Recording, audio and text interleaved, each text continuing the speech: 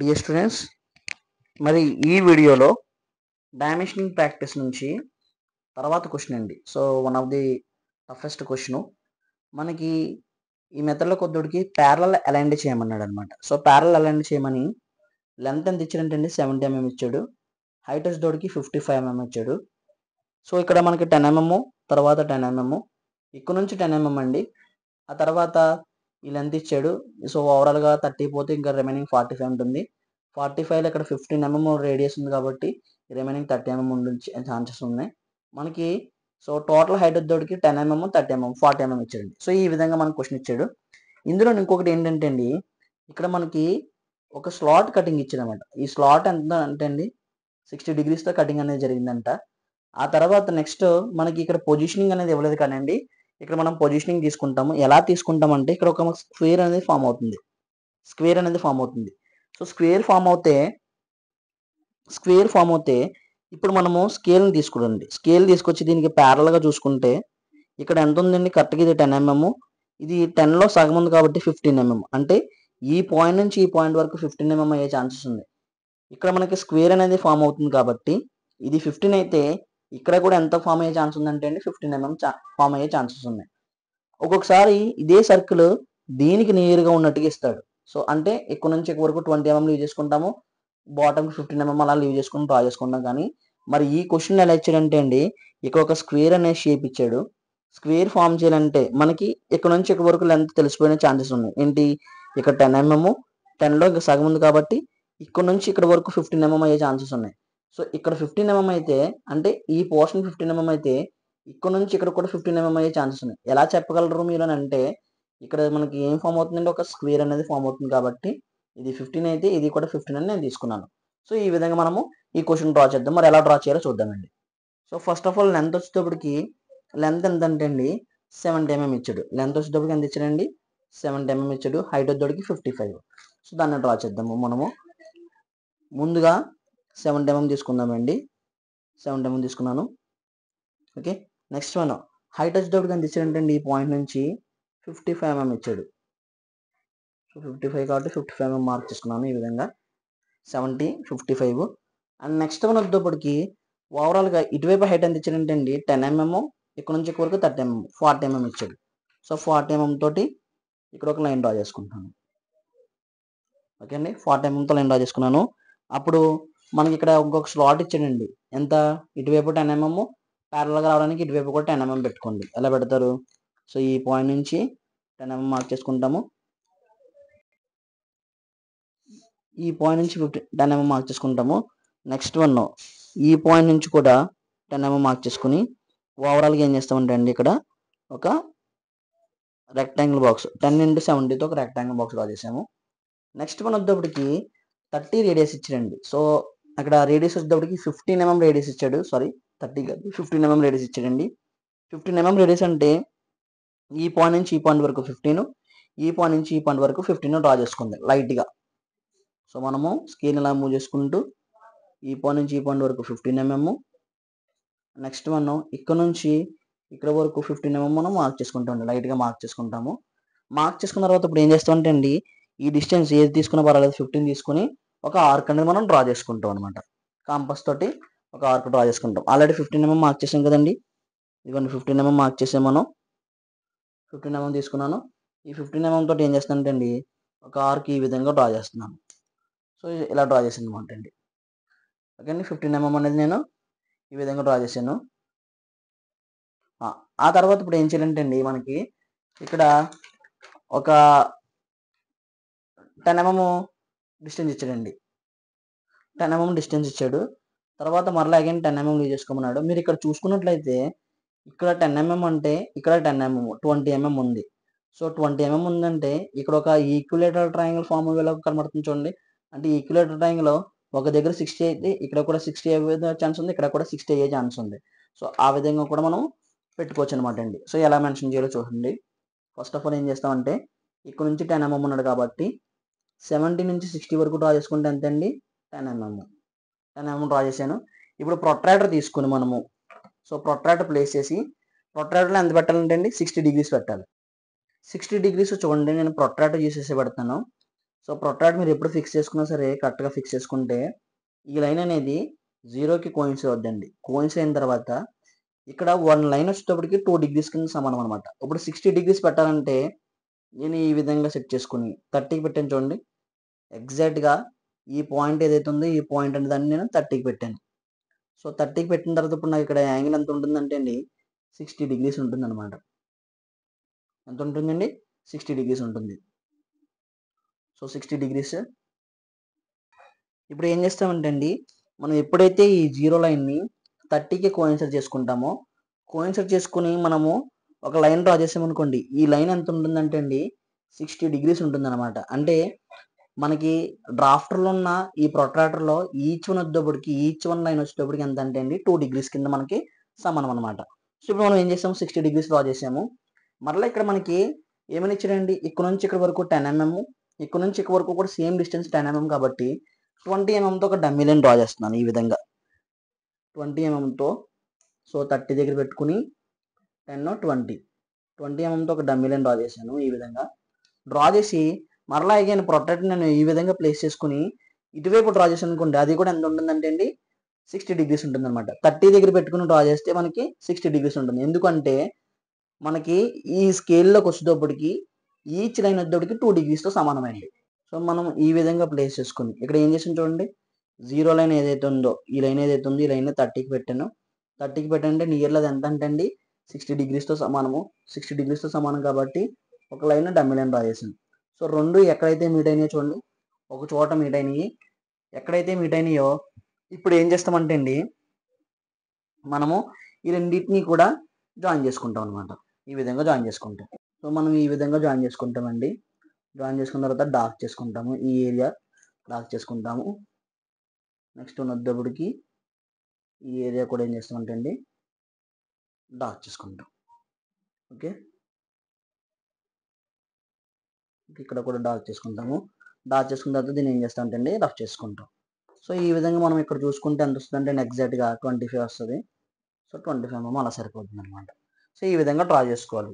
ఈ షేప్ ఏదైతే ఉందో ఆ షేప్ని ముందు 10 mm పెట్టాము. ఇక్కడ 60 డిగ్రీస్ పెట్టుకుని ఒక డమ్మీ లైన్ డ్రా చేసాము. ఇక్కడ నుంచి 20 mm మార్క్ చేసుకుని ఇక్కడ కూడా 60 డిగ్రీస్ పెట్టేసి ఒక డమ్మీ లైన్ డ్రా చేసుకుని ఆ రెండు ఎక్కడైతే మీట్ అవుతున్నాయో ఆ ఏరియాలో మనం డార్క్ చేసుకున్నాం అనమాట. డార్క్ చేసుకున్న తర్వాత ఇప్పుడు మనకి సర్కిల్ యొక్క పొజిషన్ ఇచ్చాడండి. సర్కిల్ యొక్క పొజిషన్ ఎలా ఇచ్చాడు? దీని యొక్క సర్కిల్ పొజిషన్ ఎంతంటే అండి ఈ పాయింట్ నుంచి ఈ పాయింట్ వరకు 15 mm, ఇక్కడ నుంచి ఇక్కడ వరకు 15 mm అనమాట. ఎందుకంటే అండి అక్కడ 15 r అని ఇచ్చాడు కాబట్టి 15 mm పెట్టేసి డ్రా చేసాము. మరి ఇక్కడ సర్కిల్ ఇచ్చాడండి. సర్కిల్ యొక్క డయామీటర్ ఎంత అంటే అండి 10 mm. సర్కిల్ యొక్క డయామీటర్ ఎంత అండి 10 mm. సో 10 mm తో మనము సర్కిల్ డ్రా చేసుకుంటాం. మనం డైరెక్ట్గా ప్రో సర్క్యులర్ యూస్ చేసి సర్కిల్ డ్రా చేద్దాం. ప్రో సర్క్యులర్ ఉపయోగించేటప్పుడు అందరికీ ఏంటంటే అండి ఇక్కడ డయా 10 ఉంది. ఇదిగోండి డయా 10 ఉంది. ఈ సర్కిల్ మనం ఉపయోగించాలి. సర్కిల్ ఉపయోగించాలంటే ఇక్కడ చూడండి 4 లైన్స్ ఉన్నాయి. 1 2 3 4. ఈ 4 లైన్స్ కూడా మనకి ఇలా ఈక్వల్గా ఉండాలన్నమాట. ఎప్పుడైతే ఇలా ఈక్వల్గా ఉంటాయో సో ఇలా ఈక్వల్గా ఉంటాయో ఇక్కడ మనకు ఆల్రెడీ 2 లైన్స్ వచ్చాయండి. ఇక్కడ ఇంకొక లైన్ వస్తుంది, థర్డ్ లైన్, ఇక్కడ ఒక లైన్ వస్తుంది, ఫోర్త్ లైన్. 4 లైన్స్కి ఈక్వల్ ఉన్నట్టు అది. ఈ విధంగా మనం ఏం చేస్తాం అంటే అది మధ్యలో పెట్టుకుని సర్కిల్ డ్రా చేసుకుంటాం. ఇలా డ్రా చేయాలి సర్కిల్. ఓకే, సర్కిల్ డ్రా చేసిన తర్వాత నెక్స్ట్ ఇంకొక సర్కిల్ యొక్క పొజిషన్ ఇచ్చాడండి. ఈ సర్కిల్ యొక్క పొజిషన్ ఇచ్చాడు. ఈ సర్కిల్ యొక్క పొజిషన్ మీకు ఆల్రెడీ చెప్పాను. ఇక్కడ నుంచి 10 mm, ఇక్కడ నుంచి అది ఎగ్జాక్ట్గా సెంటర్కి ఉంది కాబట్టి 5 mm లీవ్ చేసుకుంటాము. అంటే ఈ పై టాప్ నుంచి ఎంత పెడతామంటే అండి సర్కిల్ యొక్క పొజిషన్ 15 mm పెట్టుకుంటాం. 15 mm పెట్టుకుంటామండి. 15 mm పెట్టుకున్న తర్వాత ఒక డమ్మీ లైన్ డ్రా చేసుకుంటాం. 15 mm మార్క్ చేసుకున్నాను. ఒక లైట్గా ఒక డమ్మీ లైన్ డ్రా చేసుకుంటాను. మరలా బాటమ్ నుంచి ఎంత అంటే అండి బాటమ్ నుంచి కూడా సర్కిల్. సో ఇక్కడ మనకి స్క్వేర్ అనేది ఫామ్ అవుతుంది కాబట్టి ఇక్కడ నుంచి ఇక్కడ వరకు ఎంత అంటే అండి 15 mm మార్క్ చేసుకోవాలన్నమాట. సో 15 mm ఇక్కడ నేను మార్క్ చేసుకుంటున్నాను. ఈ విధంగా మార్క్ చేసుకుని ఇక్కడ ఇంకొక ఈ విధంగా డ్రా చేస్తానండి. డ్రా చేసిన తర్వాత ఇప్పుడు ఏం చేయాలంటే అండి ఇక్కడ మనము 10 డై ఏదైతే ఉందో 10 డై ఇది ఉంది కదా, ఈ 10 డై చూసుకున్నప్పుడు చూడండి దీని 4 లైన్స్ కూడా ఇక్కడున్న 4 లైన్స్కి కరెక్ట్గా సమానంగా ప్లేస్ చేసాను చూడండి. ఎప్పుడైతే ఇలా సమానంగా ప్లేస్ చేసానో అలా ప్లేస్ చేసిన తర్వాత మాత్రమే మనము ఈ విధంగా సర్కిల్ డ్రా చేసుకోవాలి. సో ఇలా డ్రా చేసుకుంటే మనకి సో అయిపోయింది. ఇప్పుడు దీనికి డైమెన్షనింగ్ ఇద్దామండి. డైమెన్షనింగ్ ఇవ్వాలంటే మనకు అంతా కంప్లీట్ అయిపోలేదు. నెక్స్ట్ ఇక్కడ స్క్వేర్ హోల్ ఒకటి చూపించాడు. స్క్వేర్ హోల్ ఎలా చూపించాడంటే ఎగ్జాక్ట్గా 70కి సెంటర్కి ఇచ్చాడండి. ఎగ్జాక్ట్గా 70కి సెంటర్కి అంటే 35 mm తీసుకున్న తర్వాత మనం ఏం చేస్తామంటే అండి ఇటువైపు 5 mm ఇటువైపు 5 mm మనం మెన్షన్ చేసుకుంటాం. ఓకే, 70 కాబట్టి అండి 35 పెట్టుకుంటున్నాను. సో 35 పెట్టుకున్నాను. ఈ విధంగా 35 పెట్టుకుని ఒక సెంటర్ లైన్ డ్రా చేసుకుంటాను లైట్గా. Long length short length, long short ఈ విధంగా తీసుకుని 10 mm కాబట్టి అండి ఇటువైపు 5 mm ఇటువైపు 5 mm. సో ఇది కూడా మనకి ఏంటంటే అండి డాష్ లైన్. ఈ విధంగా మనం డాష్ లైన్ ఇచ్చుకుంటాం. సో ఈ విధంగా మనకి కంప్లీట్ అవుతుందండి డయాగ్రాము. దీనికి డైమెన్షనింగ్ ఇద్దాము. డైమెన్షనింగ్ ఏమన్నాడు, ప్యారలల్ అలైన్డ్ అన్నాడు. ప్యారలల్ అలైన్డ్ అంటే ప్యారలల్ డైమెన్షనింగ్ ఇచ్చుకుందామండి. ఓకే, ప్యారలల్ లైన్ అంటే ఇక్కడ నుంచి ఇక్కడ వరకు ఇచ్చుకున్నాము. ఇది ఆల్రెడీ మనకు తెలుసు. దీని యొక్క పొజిషన్ ఎంత అంటే అండి 15 mm. నెక్స్ట్ వన్ మనం దీని సెంటర్ చూసుకుంటే ఈ సెంటర్ వరకు ఎంత అంటే 35. ఈ సెంటర్ వరకు ఎంత అంటే అండి ఇక్కడ ఎంత గ్యాప్ అయితే లీవ్ చేసామో ఇక్కడ కూడా అంతే గ్యాప్ లీవ్ చేయాలి. ఓకే, సో ఈ పాయింట్ ప్యారలల్ అలైన్డ్ కాబట్టి ఇది ఎంత అవుతుందంటే అండి 35 అవుతుంది. నెక్స్ట్ వన్ మనకి ఈ పొజిషన్ వరకు కూడా ఇచ్చుకున్నాము.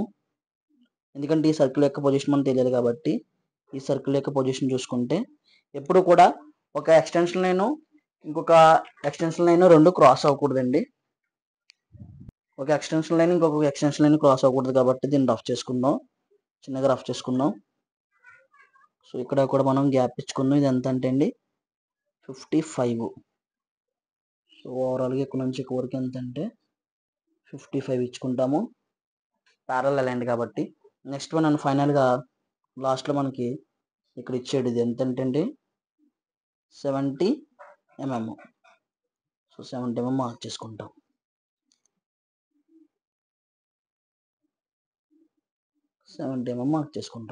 ఈ విధంగా లెంత్ ఇచ్చేసాము. లెంత్ వైజ్ అయిపోయింది. మరి హైట్ వైజ్ చూద్దాము.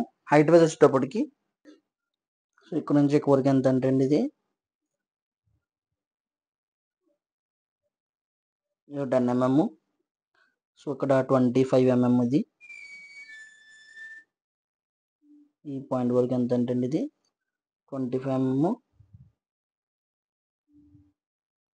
ఓకే, నెక్స్ట్ వన్ మనకి ఈ పొజిషన్. సో ఇక్కడ వరకు ఇది ఎంత అంటే అండి 40 mm ఇస్తాము. 40 mm ఇస్తాము. లాస్ట్ అండ్ ఫైనల్ ఇక్కడ 15 mm మిగిలింది కాబట్టి అండి ఇది 55 అనమాట. ఓకే, ఇది 55. ఇప్పుడు కూడా ఒక డైమెన్షన్ లైన్, ఒక ఎక్స్టెన్షన్ లైన్, ఒక డైమెన్షన్ లైన్ క్రాస్ చేయకూడదు. సో ఈ విధంగా ఇచ్చుకుంటాం. లెంత్ వైజ్ అయిపోయింది, హైట్ వైజ్ అయిపోయింది. మరి ఇంకా మనకి ఇక్కడ సర్కిల్స్ ఉంది అండ్ నెక్స్ట్ వన్ ఇక్కడ యాంగిల్ ఒకటి చూపించాలండి. యాంగిల్ చూపించేటప్పుడు ఎప్పుడు కూడా మనము ఈ విధంగా బయటికి తీసుకొచ్చుకుని ఓకే ఈ విధంగా బయట తీసుకొచ్చుకుని మనం ఏం చేస్తామంటే ఇక్కడ సెంటర్ చేసుకుని ఒక ఆర్క్ ఇలా కట్ చేసుకోండి. ఒక ఆర్క్ ఇలా డ్రా చేసుకుని ఈ ఆర్క్ మీద మనం వాల్యూ చూపిస్తాం అనమాట. ఓకే అండి, ఈ ఆర్క్ మీద మనం 60 degrees ఇలా చూపిస్తాము.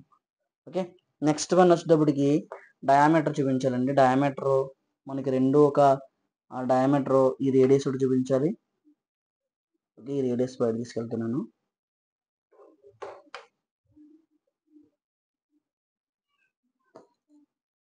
ఓకే, ఈ రేడియస్ బయట తీసుకెళ్ళాను. ఇది ఎంత అంటే అండి R15.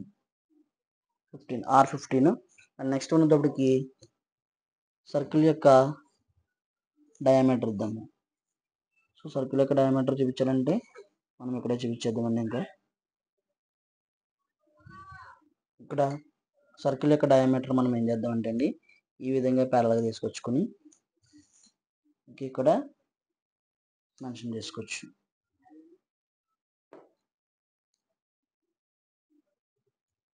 ఓకే, డయామీటర్ మెన్షన్ చేసేటప్పుడు ఏం చేస్తామంటే ఈ విధంగా మెన్షన్ చేసుకుని డయా 10 2 holes అని రాస్తాం అనమాట. సో ఈ విధంగా మనం ఏం చేస్తామంటే అండి dimensioning ఇచ్చుకుంటాం.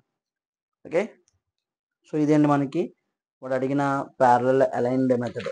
So parallel aligned method ఏదైతే కూడా ప్యారలల్ అలైన్డ్ మెథడ్లో చేసాము. Thank you for watching.